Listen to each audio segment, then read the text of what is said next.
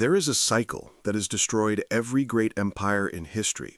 It's not about conquests, rebellions, or revolutions. It's about economic collapse, specifically the collapse of a currency. And here's the key point. It always happens in the same way. Rome, which ruled the world for 5 centuries, fell when its currency lost value. Spain, once the richest nation in history, defaulted several times and watched its empire fall apart. Britain, which controlled global trade for 200 years, lost its empire just a decade after its currency collapsed. Throughout history, the same pattern has repeated itself 4 times. Military overexpansion, unsustainable spending, currency debasement or money printing, inflation, loss of confidence, and collapse. And every time, those in power made the same mistake. We're different. Our empire's special. The old rules don't apply to us. But they were wrong every single time. And now, in 2025, the United States is showing the same warning signs, one by one. The only question is, where are we in the story? At the beginning, the middle, or the end? This is the story of how empires destroy themselves through their own money. So, what exactly happens to Rome, Spain, and Britain? Their stories explain why we're seeing the same signals again today. The Roman Empire. Rome was once a superpower that ruled over 60 million people from Europe to the Middle East and North Africa. Its army was unbeatable, its infrastructure unmatched, and its silver coin, the denarius, was trusted everywhere, from Britain to Egypt. But there was one problem. Building an empire was expensive. Every new territory meant more soldiers, more roads, more administration, and of course, more money. Eventually, Rome started spending more than it earned. And then it did what every empire in history eventually does. It debased its currency. Emperor Nero, who ruled from AD 54 to 68, reduced the silver content of the denarius from 100% to 90%.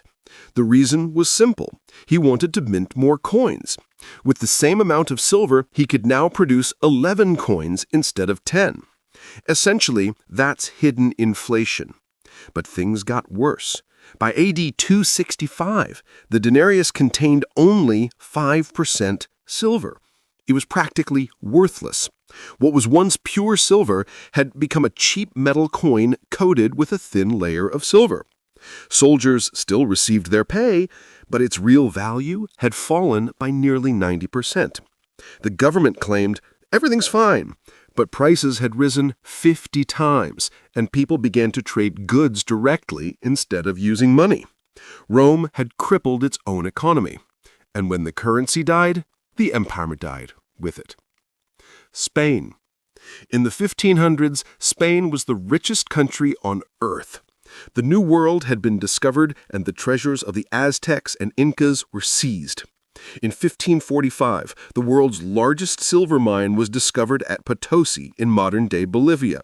For nearly a century, that single mountain produced half of the world's silver.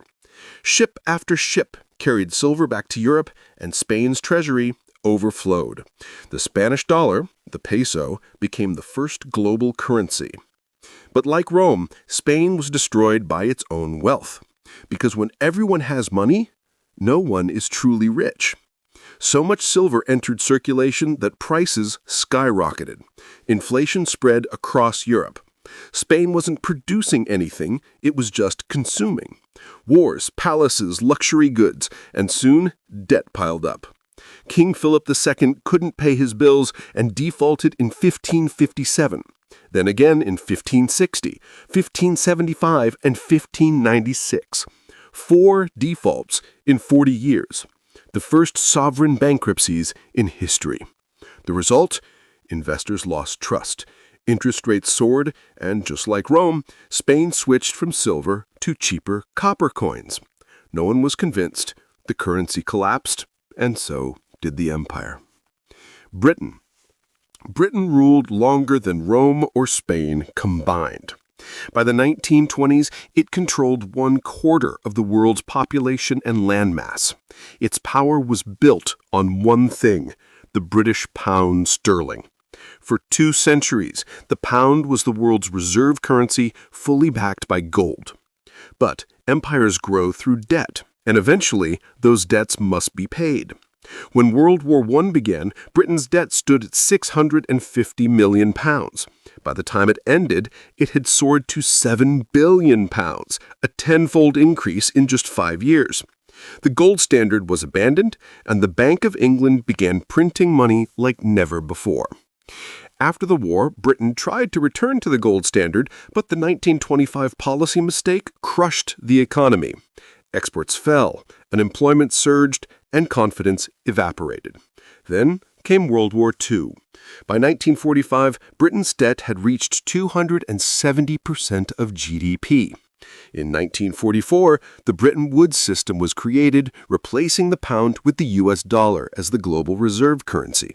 In 1947, the pound became convertible again, but that lasted only 6 weeks. A 30% devaluation hit in 1949 and another in 1967. Each time, people's savings lost value and trust eroded. Britain's empire didn't fall because of a military defeat. It collapsed because of monetary failure. India and Egypt broke away, and the empire quietly dissolved. And now, the United States. The US dollar is today's global reserve currency. Since 1944, it's been the backbone of the global monetary system, originally backed by gold. But, like Rome and Britain, America began spending far more than it earned. The Vietnam War, massive social programs, and hundreds of overseas bases pushed spending beyond limits. Foreign nations noticed that the U.S. was printing more dollars than it had gold to back. So, in 1971, President Nixon closed the gold window. The dollar became backed by nothing but trust. At first, everything seemed fine. The petrodollar system kept global demand high, but the debt never stopped growing. $900 billion in 1980, $5.6 trillion in 2000, $27 trillion in 2020, and $36 trillion today. And just like past empires, America turned to money printing as a solution. Since 2008, trillions of dollars have been created out of thin air. During the pandemic alone, the government printed $4 trillion in just 2 years. The result? Inflation soared. Food, rent, healthcare, everything became more expensive. And the dollar, slowly but surely, began to lose its value. BRICS countries are moving away from the dollar, hoarding gold, and building new systems. The dollar's share of global reserves has dropped from 70% to 58%. Meanwhile, America's military footprint has become as heavy as Rome's. Over 800 bases in more than 70 countries, costing $800 billion a year. This is not sustainable. The inevitable cycle. Every empire goes through the same 7 stages. 1. Rise in confidence. 2. Overexpansion. 3. Debt and deficits. 4. Currency debasement or money printing. 5. Inflation. 6. Loss of confidence. And 7. Collapse. Right now, the United States is in stage 5, moving fast towards stage 6. History shows us 3 possible outcomes. 1. A controlled decline, like Britain. You lose dominance, but survive. 2. A chaotic collapse, like Rome. Economic, political, and social systems break down. Or 3. A rebirth. A new monetary system emerges, maybe gold-backed, maybe digital. But one truth has never changed. No empire has ever survived by printing and spending forever. The only difference this time is when Rome fell, Rome fell. But if the dollar falls, the entire world will feel the shock.